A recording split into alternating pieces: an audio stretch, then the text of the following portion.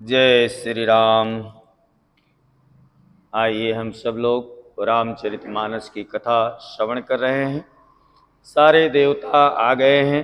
बाबा भोलेनाथ जी से प्रार्थना कर रहे हैं कि हे प्रभु, आपका जो सुंदर विवाह है, पार्वती जी ने आपका बहुत तप किया है, तो आपने रति को वरदान दे दिया, कामदेव को भस्म कर दिया। अब हे बाबा, हम सभी लोग यानी देवता जितने भी हैं और जो भी नर नारी हैं, सभी आपके जो है विवाह को देखना चाहते हैं। तो हे बाबा, आप जो है पार्वती जी को स्वीकार करिए, अंगीकार करिए। आइए हम सब लोग इसी विषय पर कथा का श्रवण करते हैं और भगवान की कृपा प्राप्त करते हैं। अवसरु जान सप्तऋषि आए, तुरत विधि गिरि भवन पठाए। प्रथम गए जा रही भवानी, बोले मधुर बचन चलसानी।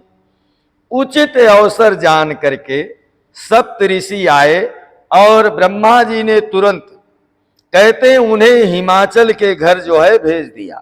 सप्तऋषियों को हिमाचल के घर भेज दिया। पहले वहां गए जहां पर माता पार्वती जी जो है विराजमान है।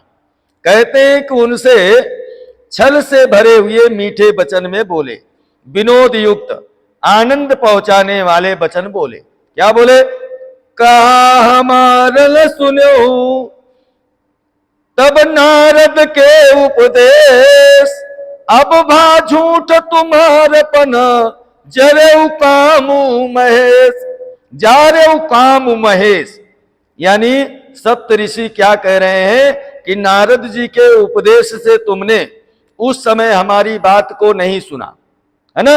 अब तो तुम्हारा प्रण जो है वह कहते हैं छूट गया, झूठा हो गया, क्योंकि महादेव जी ने काम को जला करके भस्म कर दिया। कहा हमार न सुने तब नारद के उपदेश, अब भा झूठ तुम्हारपन जरेऊ काम महेश। जारेऊ काम महेश। नारद जी कहते तुमने नारद के वचनों को मान लिया। महादेव जी इधर जो है काम को जला करके भस्म कर दिए। सुनी बोली मुस्काए भवानी, उचित कहो मुनि बर विज्ञानी। तुम्हारे जान काम असुजारा, कहते तुम्हारे जान काम जारा, अब लगी शंभु रहे स्वीकारा।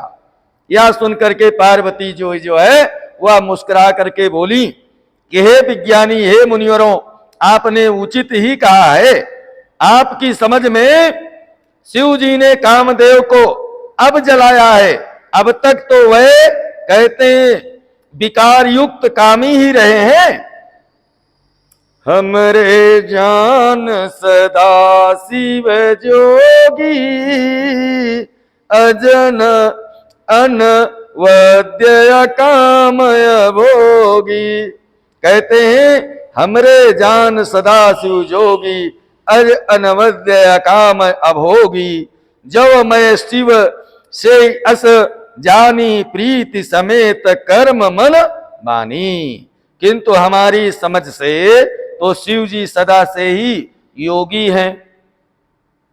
कहते हैं कि जन्म आनंद काम रहित और भोगहीन है। और यदि मैंने शिव जी को ऐसा समझा है, जाना है, माना है, कर्म से प्रेम सहित उनकी सेवा किया है मैंने, तब हमारपन सुनऊ मुनीसा। करी है सत्य कृपा निधि ईसा, तुम जो कहा रजऊ मारा। सोई अति बड़ विवेक तुम्हारा।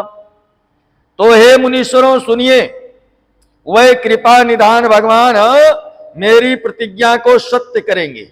मैंने जो प्रतिज्ञा लिया है, तब किया, योग किया, उन्हें जो पति रूप में पाना चाहती हूं, वह मेरा सब कुछ सत्य होगा। मेरी प्रतिज्ञा सत्य करेंगे। आपने जो यह कहा कि शिव जी ने कामदेव को भस्म कर दिया है, यही आपका बड़ा भारी अविवेक है, अविवेक है। अरे तात अनल कर सहज सुभाऊ, हिमते ही निकट जाई नहीं काऊ।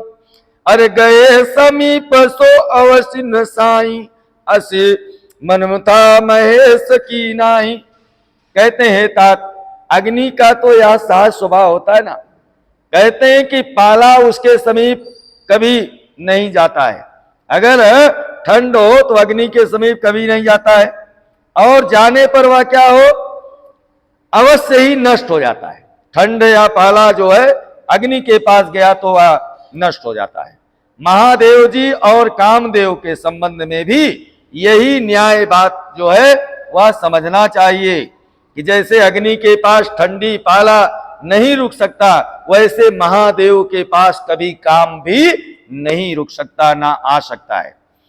हियहर से मुनि बचन सुनी, देखी प्रीत विश्वास, चले भवन नाय सिर, गए हिमाचल पास।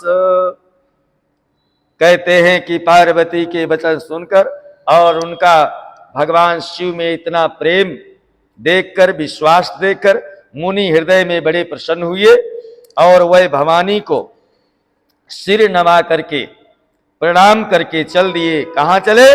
कहते हैं हिमाचल के पास चल दिए। जय जय श्री सीता।